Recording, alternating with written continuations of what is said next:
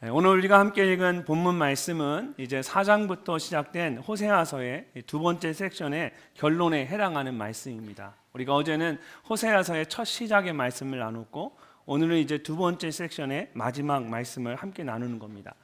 하나님께서는 그동안 이제 이스라엘을 피고인석에 세워놓고 재판하는 것처럼 조목조목 증거를 제시하면서 이스라엘의 죄를 입증하셨습니다. 그리고 이 죄인은 벌을 받아서 죽는 것이 마땅하다는 결론을 내리면서 다른 나라의 포로로 끌려가게 될 것을 선언하셨습니다. 실제로 하나님께서는 당시에 주변에 있는 나라들 중에 가장 강대국이었던 아수르가 그들을 침략해서 포로로 끌고 갈 것이라는 구체적인 예언의 말씀을 하셨습니다. 그러면서 그 징계가 고통스러울 것이고 멀지 않아 곧 일어날 것이다 라고 경고하셨습니다. 그러면서도 하나님의 마음에는 이스라엘이 이 말을 듣고 이제라도 회개하고 돌아오기를 바라셨습니다. 그런데 안타깝게도 이스라엘은 돌아올 생각을 하지 않았습니다. 하나님의 뜻이 무엇인지 알고 싶은 마음도 없었고 하나님의 마음이 어떠할지 헤아리고자 하는 의지도 없었던 것입니다. 이들을 어떻게 해야 할까요? 하나님께서 깊은 고민에 빠지셨습니다. 하나님께서는 이스라엘을 징계하는 것이 정말 하나님께 괴로운 일인데 그럼에도 불구하고 그 모든 것을 감수하기로 마음을 먹고 결단을 하셨던 것입니다. 근데 그것이 이제 아무런 효과가 없는 것 같으니까 얼마나 고민이 되셨겠습니까? 오늘 말씀은 하나님께서 그런 깊은 고민 가운데 하신 말씀입니다. 그래서 하나님의 마음이 그대로 담겨져 있습니다. 그렇다면 우리 모두를 향한 하나님의 마음은 어떤 것일까요? 오늘 말씀을 통해 사랑하는 자녀를 향한 하나님의 마음에 대해서 우리가 함께 생각해 보기를 원합니다. 가장 먼저 우리를 향한 하나님의 마음은 사랑입니다. 하나님은 사랑으로 우리를 안으십니다. 오늘 말씀에서도 하나님께서는 부모가 자녀를 사랑하는 것처럼 이스라엘을 사랑으로 안으셨다라고 말씀하십니다. 1절과 2절 말씀을 함께 읽어보겠습니다. 이스라엘이 어렸을 때에 내가 사랑하여 내 아들을 애굽에서 불러냈거늘 선지자들이 그들을 부를수록 그들은 점점 멀리하고 바알들에게 제사하며 아로새긴 우상 앞에서 분향하였느니라. 아멘. 지금까지 하나님은 호세아 선지자를 통해서 이스라엘을 가늠한 아내로 표현을 했습니다. 근데 여기서는 이스라엘을 부모의 마음을 알지 못하는 탕자와 같은 아들로, 또 하나님은 그런 아들로부터 배신을 당한 부모로 표현을 하십니다. 이처럼 하나님과 이스라엘의 관계가 남편과 아내의 관계에서 부모와 자녀의 관계로 바뀌었습니다. 하지만 그런 가운데서도 이 가족이라는 넓은 틀은 계속해서 유지하고 있는 것을 볼 수 있습니다. 이스라엘이 아무리 죄를 범해도 여전히 하나님의 가족이라는 것을 보여주고 있는 것입니다. 사랑하는 성도 여러분, 이것이 우리를 향한 하나님의 마음입니다. 세상 사람들은 우리가 조금 부족하거나 기준에 벗어나면 그 즉시 아무짝에도 쓸모없는 것처럼 잘라내고 버립니다. 그러나 하나님은 우리가 부족함에도 불구하고 하나님의 기준에 미치지 못하고 있음에도 불구하고 여전히 하나님의 자녀이고 가족이라고 말씀하십니다. 방금 읽은 말씀을 보면 하나님께서 이스라엘이 어렸을 때라고 말씀하십니다. 어렸을 때라는 말은 아직 성숙하지 않은 청소년 때와 같은 시기를 말하는 것입니다. 이스라엘이 하나의 큰 민족을 이루기 전에 애굽 땅에서 노예로 살고 있었을 때를 말하는 것입니다. 그때 그들은 아무런 소망도 없이 하루하루 억압과 고통 가운데 절망의 날들을 보내고 있었습니다. 근데 고통 가운데 탄식하며 부르짖을 때에 하나님께서 그들의 소리를 들으시고 그들을 애굽에서 불러내셨습니다. 왜 그렇게 하셨을까요? 1절 말씀을 다시 보면 하나님께서 내가 사랑하여 내 아들을 애굽에서 불러냈거늘 이라고 말씀하십니다.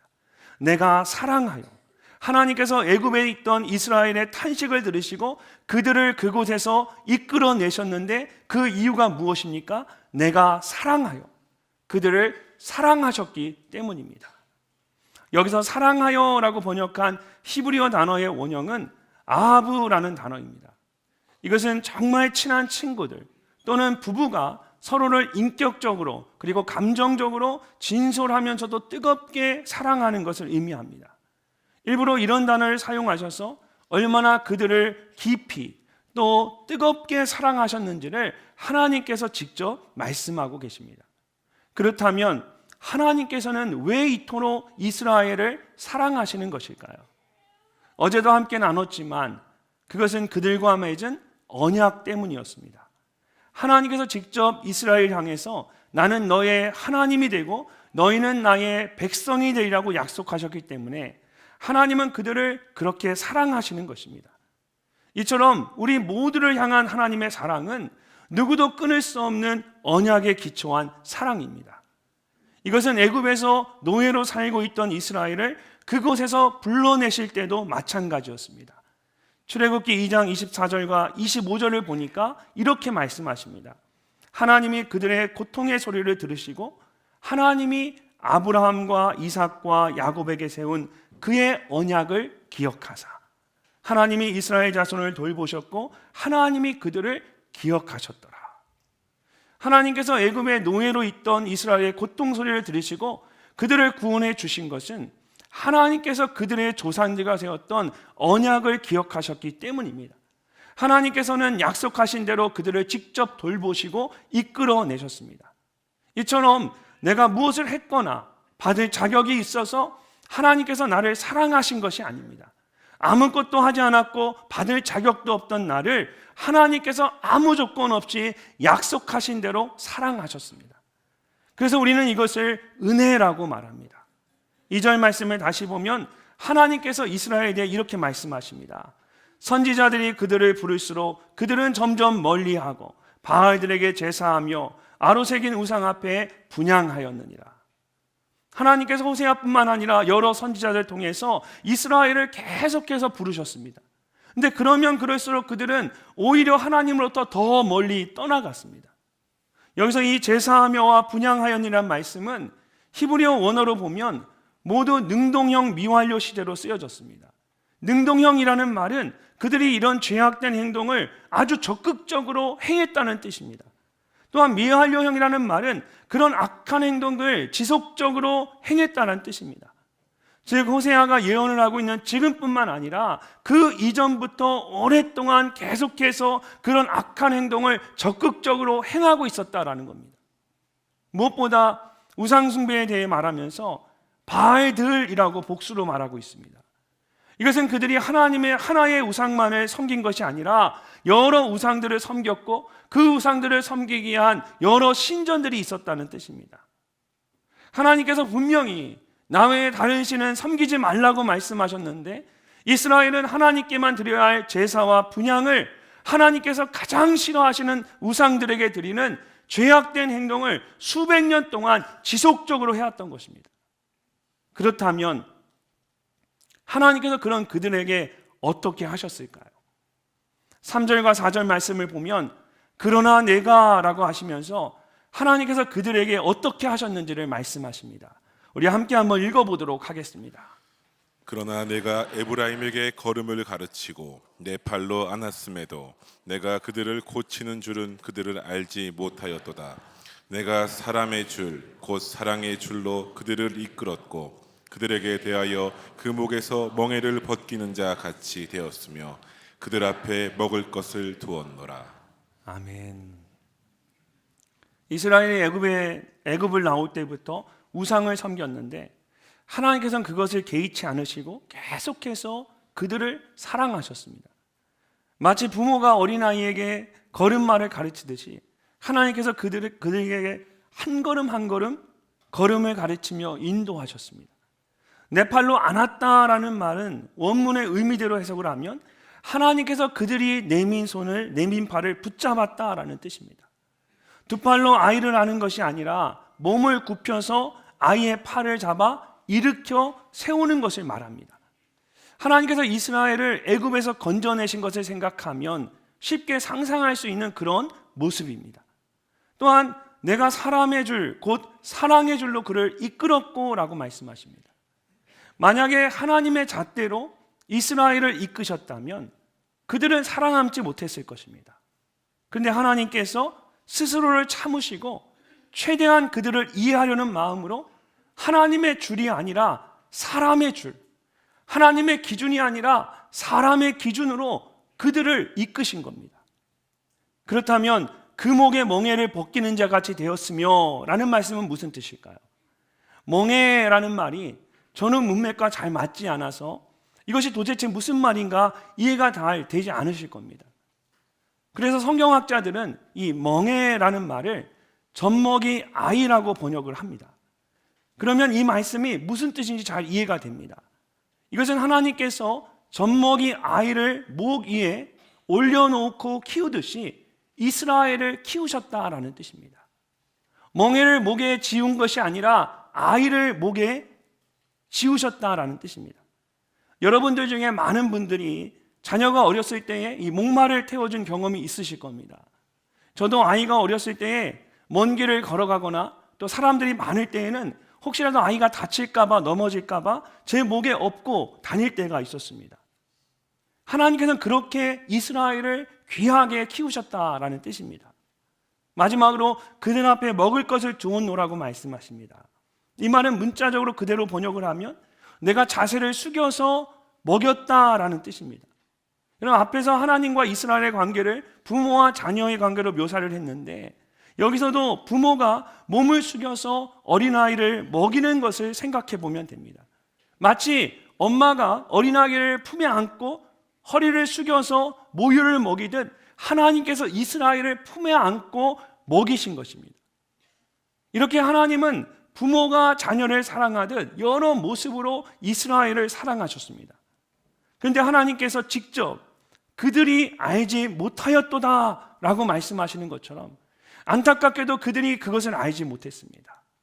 하나님은 그들을 깊이 아셨는데 그들은 하나님을 깊이 알지 못했던 것입니다.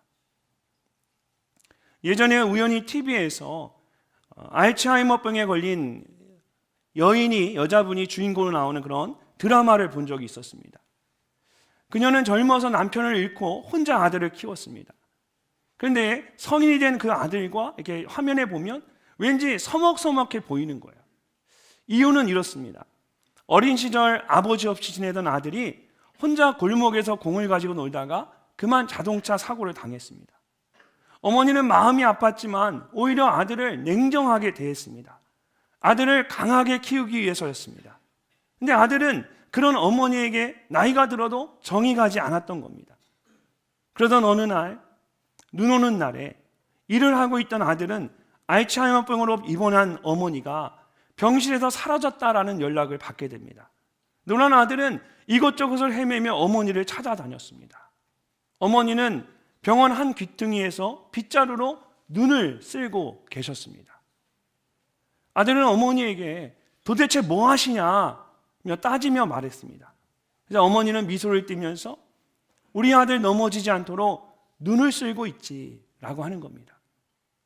그 순간 아들은 문득 생각이 났습니다. 추운 겨울 학교에 갈 때마다 집 앞에 눈이 깨끗이 치워져 있었던 것이 생각이 났습니다.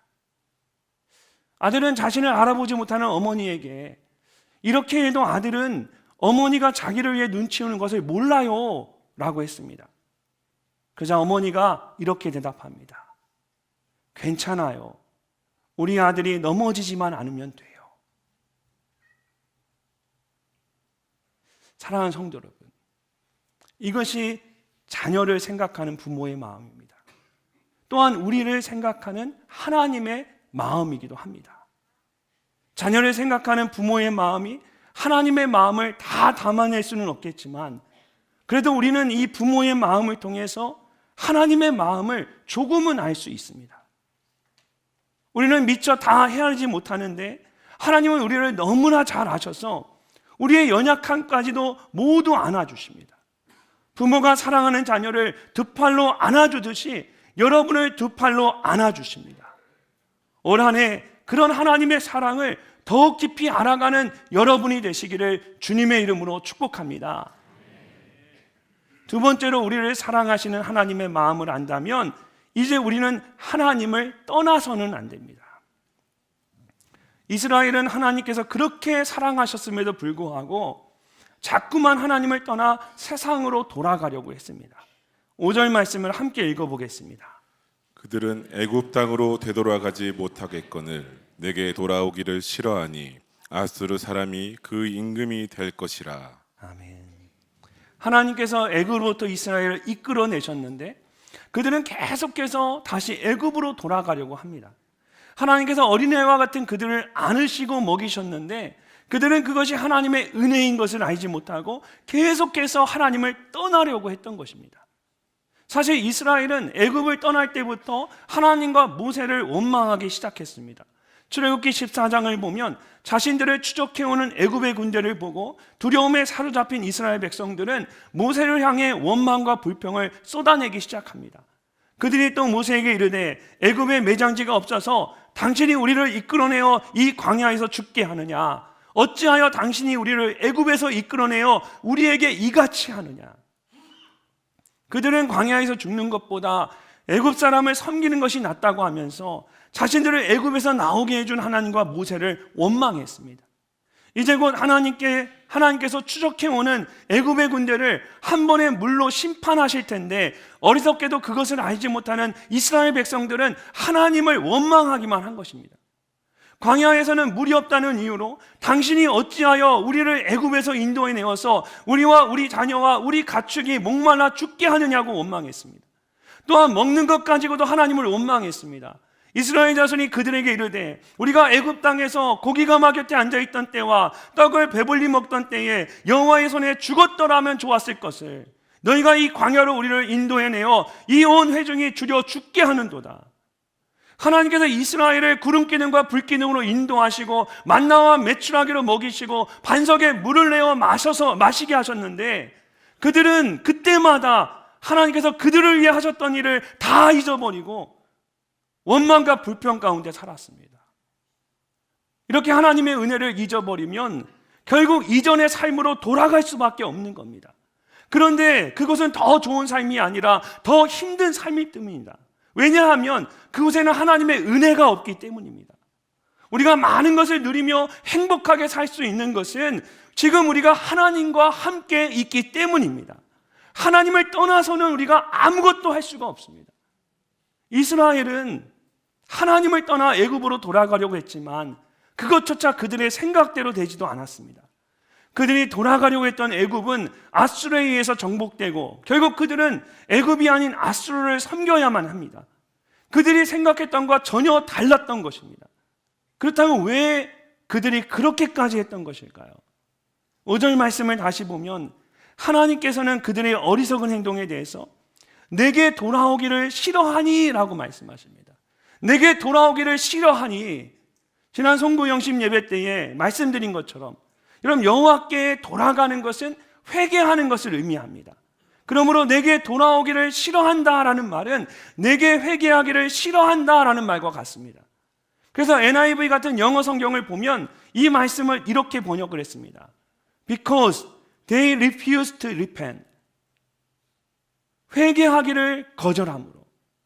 이스라엘이 하나님께 돌아오기를 거부했다는 것은 곧 죄를 회개하는 것을 거부했다는 것과 같습니다.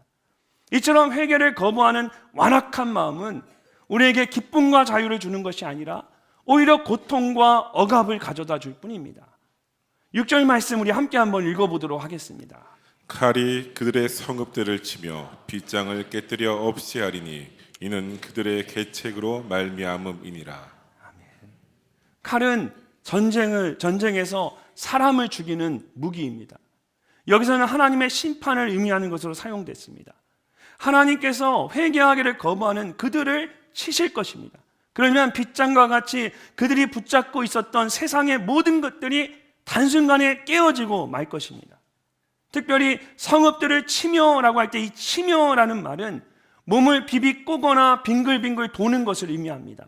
무엇보다 산모가 아이를 출산하면서 고통 가운데 온몸을 뒤트는 것을 의미합니다. 만약 그들이 끝까지 회개하지 않고 하나님을 거부한다면 결국 그렇게 온몸이 뒤틀리는 고통을 겪을 수밖에 없습니다. 왜 그들이 이렇게 하나님을 거부하고 끝까지 회개하지 않는 것일까요? 6절 마지막에 이는 그들의 계책으로 말미암은이라고 말씀하고 있는 것처럼 그들이 세상적인 생각을 끝내 버리지 못했기 때문입니다. 어려운 주변 상황 가운데 그들은 아수르를 멀리하고 애굽을 의지하는 것이 가장 쉽고 좋은 방법이라고 생각했습니다. 하나님을 의지하기보다는 눈에 보이는 세상을 의지했던 것입니다. 하나님은 자신을 믿고 의지하는 사람은 자신의 두 팔로 품고 안으시지만, 이렇게 하나님을 의지하지 않고 스스로의 생각대로 하려고 하는 사람은 그런 생각들을 깨뜨리심으로 그것이 얼마나 큰 죄악이고 어리석은 생각인지를 가르쳐 주십니다. 더 나아가 그런 인간적인 행동들이 그들 자신을 얼마나 고통스럽게 하는지를 직접 깨닫도록 하십니다. 그러므로 우리는 절대로 하나님을 떠나서는 안 됩니다. 이전에 즐기던 세상의 것들이 좋아 보일지라도 하나님을 떠나서 다시 그곳으로 돌아가는 것은 나를 더 고통스럽게 할 뿐입니다. 결국은 하나님께로 다시 돌아올 수밖에 없습니다. 왜냐하면 우리가 하나님을 떠나 살 수 없을 뿐만 아니라 하나님께서는 우리가 그런 삶을 사는 것을 원하지 않으시기 때문입니다. 저도 목회를 하고 삶을 살아가다 보면 여러 가지 인간적인 생각들과 유혹들이 찾아올 때가 있습니다. 지금은 그런 적이 없지만 과거에는 저에게 못되게 구는 사람들이 있었습니다. 지금은 그런 사람이 없습니다. 이건 분명히 밝혀야 될 것 같아요. 과거에 그렇게 저를 함부로 대하거나 못되게 구는 사람들을 보면 저도 그들을 그대로 되갚아주고 싶은 그런 때가 많이 있었습니다. 좋은 것을 보면 갖고 싶은 마음이 들기도 하고 세상적으로 조금 더 누리며 살고 싶은 유혹이 찾아올 때도 있습니다. 근데 그럴 때마다 감사하게도 하나님께서 그런 마음을 내려놓고 하나님께서 주신 모든 것에 감사하며 하나님 안에 거하도록 해주셨습니다. 저와 제 아내는 하나님과 함께 있는 것이 가장 좋습니다. 모든 교역자가 쉬는 월요일 되면 저희가 뭘 할까 서로 이런저런 이야기들을 합니다. 드라이브도 하고 맛있는 것도 먹고 예쁜 커피숍도 가고 뭐 이런저런 일들을 계획하다가 결국은 교회에 가거나 신방을 합니다. 그렇게 하는 것이 여러분 힘들면 정말 힘들면 하고 싶어도 할 수 없겠지만 저희는 교회 안에 있고 하나님 안에 있는 것이 그냥 가장 좋은 거예요. 그래서 즐거움으로 그렇게 하는 거예요. 사랑하는 성도 여러분, 세상이 좋을 것 같지만 절대로 그렇지 않습니다. 예전에는 그랬을 수도 있습니다. 그러나 예수님을 믿고 하나님의 자녀가 되면 하나님과 함께 있는 것이 가장 좋아야 합니다. 나의 죄를 인정하고 하나님께 회개하는 것을 여러분 어려워하지 마십시오. 하나님께서는 여러분과 함께 있기를 가장 원하십니다. 혹시 오늘 이곳에 아직도 세상이 좋고 세상의 즐거움과 쾌락이 더 매력적으로 느껴지는 분이 계십니까? 그래서 하나님을 섬기듯 하면서도 마음은 하나님과 함께 있지 못하고 세상 가운데 있는 분들이 계신다면 여러분 미루지 마시고 오늘 이 시간에 회개하고 하나님 앞에 나아오시기를 바랍니다. 이곳에 계신 모든 분들이 하나님과 함께함으로 자녀를 향한 하나님의 마음을 알고 그 은혜를 마음껏 누리실 수 있기를 주님의 이름으로 축복합니다. 마지막으로 우리를 향한 하나님의 마음은 어떤 상황에서도 끝까지 변하지 않는 사랑입니다. 8절 말씀을 함께 읽어보도록 하겠습니다. 에브라임이여 내가 어찌 너를 놓겠느냐, 이스라엘이여 내가 어찌 너를 버리겠느냐, 내가 어찌 너를 아드마같이 놓겠느냐, 어찌 너를 스보임같이 두겠느냐. 내 마음이 내 속에서 돌이켜 나의 긍휼이 온전히 불붙듯 하도다. 아멘. 하나님께서 이스라엘에 대해 말씀하시면서 내가 어찌 너를 아드마같이 놓겠느냐, 어찌 너를 스보임같이 두겠느냐라고 말씀하십니다. 자, 여러분 혹시 아드마가 무엇이고 스보임이 무엇인지 혹시 아십니까? 아시는 분 있으세요? 아시면 정말 대단한 분입니다. 없으시죠? 여러분 창세기 10장과 14장을 보면 이 아드마와 스보임이 나옵니다. 아드마와 스보임은 가나안 땅 경계에 있는 아주 작은 도시입니다. 근데 소돔과 고모라가 하나님의 심판에 의해 멸망당할 때 이 아드마와 스보임도 함께 멸망을 당했습니다. 하나님께서는 이스라엘에게 과거의 죄악으로 가득했던 이 소돔과 고모라가 심판을 받아서 멸망했던 일을 말씀하십니다. 이스라엘 백성이 절대 잊을 수 없는 가장 고통스러웠던 순간이죠. 완전히 멸망하는 그 일들이죠. 근데 그 일을 이야기하면서 소돔과 고모라라는 이름을 대지 않고 일부러 모든 사람들이 잘 모르는, 그러니까 다 잘 아는 소돔과 고모라가 아니라 그 옆에 함께 멸망했던 아주 작은 도시들, 아무도 모르는 스보임과 아드마와 스보임을 이야기하는 겁니다. 왜 이렇게 말씀하시는 걸까요? 이런 아드마와 스보임은 사람들에게 잘 알려지지 않은 작은 도시였습니다. 하나님께서 소돔과 고모라를 심판하실 때에 함께 심판을 받았지만 아무도 관심을 가지지 않을 정도로 존재감이 1도 없었습니다. 그냥 조용히 사라진 겁니다. 근데 하나님께서 내가 어찌 너를 아드마같이 놓겠느냐, 어찌 너를 스보임같이 두겠느냐라고 말씀하신 것은 내가 너희를 비록 소돔과 고모라처럼 심판하겠지만 그러나 내가 너희를 결코 아드마나 스보임같이 되지 않게 하겠다라는 것입니다. 아무 존재감 없이 그냥 사라지는 존재로 만들지 않겠다는 거예요. 어느 한순간에 사라지는 것처럼 잊혀진 존재가 돼도 너희를 그렇게 버려두지 않겠다라는 거예요. 비록 소돔과 고모라 같은 엄청난 도시는 아닐지라도 그 연약한 내가 너희들을 징계하지만 그렇게 아드마와 스보임처럼 그냥 사라지도록 버려두진 않겠다.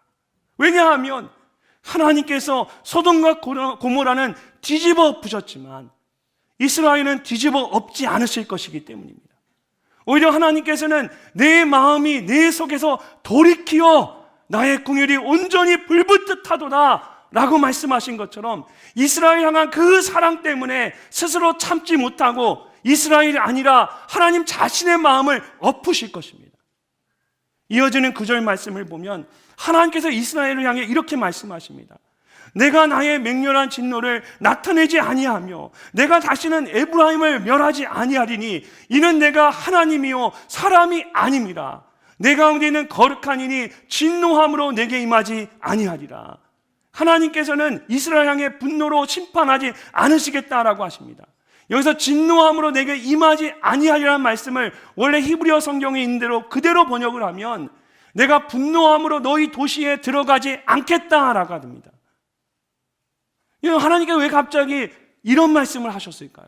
왜 도시에 들어가는 이야기를 하실까요? 이것은 소돔과 고모라에 있었던 일을 염두하고 하신 말씀입니다. 창세기 19장을 보면 하나님의 천사들이 직접 소돔성에 찾아갑니다. 그리고 그 성은 하나님께 심판을 받고 완전히 멸망하게 됩니다. 근데 그때처럼 하나님께서 분노함으로 도시에 들어가지 않으려 하시겠다라는 것은 이스라엘을 심판할지라도 과거의 소돔과 고모라처럼 그렇게 내가 완전히 심판하지 않겠다라는 겁니다. 내가 그렇게까지는 하지 않겠다라는 거예요. 사실 이스라엘도 소돔과 고모라처럼 하나님 앞에 용서받을 수 없는 큰 죄악을 행했습니다. 근데 어떻게 하나님께서 그들을 심판하시되 완전히 심판하지 않으시고 긍휼을 베푸시겠다는 것일까요? 여러분 9절 말씀을 다시 보시면 하나님께서 이는이라고 하시면서 이는 내가 하나님이요 사람이 아님이라고 말씀하십니다. 사람은 모든 사람을 용서한다고 말하지만 사실은 용서할 수 있는 사람만 용서합니다. 사랑하는 것도 마찬가지입니다. 사람은 모든 사람을 다 사랑한다고 말하지만 결국 사랑할 수 있는 사람만 사랑합니다. 근데 하나님은 용서할 수 없는 사람을 용서하시고 사랑할 수 없는 사람을 사랑하십니다. 마치 오직 어머니만이 모든 사람이 더 이상 사랑할 수 없다고 버린 그 아들을 끝까지 사랑하는 것처럼 하나님만이 마음을 바꾸지 않으시고 끝까지 사랑하실 수 있습니다.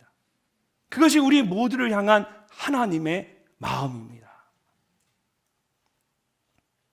어느 외딴 바닷가에 작은 마을이 있었습니다. 그곳에는 아주 오래된 전통이 있었습니다. 그것은 죄에 대한 형벌이었는데 참 다양했습니다. 태형, 교수형, 화형 등 헤아릴 수 없는 수많은 그런 여러 가지 형벌들이 있었습니다. 예를 들어 가늠한 여인에게 내리는 형벌은 높은 절벽으로 데려가서 바다로 밀치는 것이었습니다. 어느 날 마을 회의에서 한 젊은 여인에게 이 끔찍한 형벌을 선고했습니다. 그 여인은 남편이 고기를 잡으러 먼 바다에 나가 있는 동안 다른 남자와 함께 있었습니다. 날이 밝자 온 마을 사람들이 절벽으로 모여들었고 그 젊은 여인은 자신의 잘못을 뉘우치며 눈물을 흘렸습니다. 그러나 뉘우침과는 상관없이 형벌은 집행이 되었고 그 여인은 결국 절벽 아래로 떨어지게 되었습니다. 그런데 잠시 후 모든 사람들을 당황스럽게 하는 일이 생겼습니다. 절벽 아래로 분명히 떨어졌는데 놀랍게도 미리 쳐둔 그물에 목숨을 건진 겁니다. 그녀의 남편이 고기를 잡으러 먼 바다로 가기 전에 절벽 아래로 내려가서 아무도 모르게 그곳에 그물을 쳐두었던 겁니다. 결국 이 문제는 왕에게까지 이르게 되었습니다. 근데 왕이 한마디로 딱 잘라 말했습니다.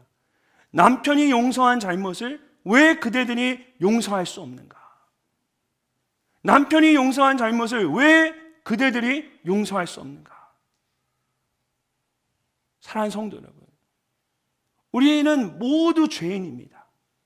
마땅히 죄에 대한 벌을 받아야만 합니다. 그래서 하나님은 우리에게 죄에 대한 벌을 받게 하셨습니다. 근데 하나님은 미리 우리를 위하여 그물을 쳐두셨습니다. 그것이 바로 십자가입니다. 하나밖에 없는 아들 예수 그리스도를 이 땅에 보내셔서 우리의 죄를 대신하여 십자가에 죽게 하셨습니다.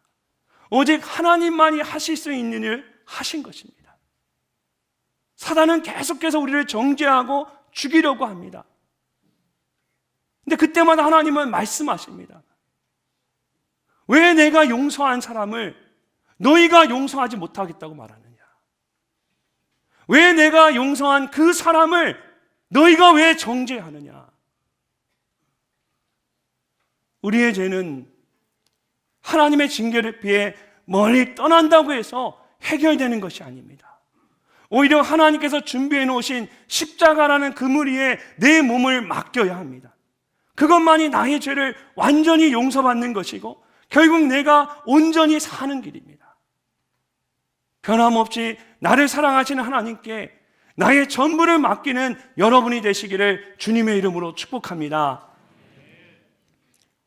저는 오늘 말씀을 준비하면서 계속해서 제 마음에 떠올랐던 성경 말씀이 있었습니다. 아마 여러분도 그 말씀이 계속 떠올랐을 겁니다. 누가복음 15장에 나오는 잃어버린 아들에 대한 말씀입니다. 어떤 사람에게 두 아들이 있었는데 둘째 아들이 아버지에게 유산을 달라고 합니다. 유산은 아버지가 돌아가신 다음에 받는 것인데 아직 살아계신 아버지에게 유산을 달라고 한 것입니다. 아버지의 마음이 얼마나 힘들었겠습니까? 씻지 못할 죄를 범한 겁니다. 아버지에게. 근데 아버지가 그 아들에게 아무 말 없이 유산을 넘겨줍니다. 유산을 받은 둘째 아들은 아버지를 떠나서 먼 나라로 갔습니다. 그리고 그곳에서 방탕한 삶을 살며 가진 재물을 모두 다 써버렸습니다. 설상가상으로 그것에 흉년이 들면서 형편이 훨씬 더 어렵게 되었습니다.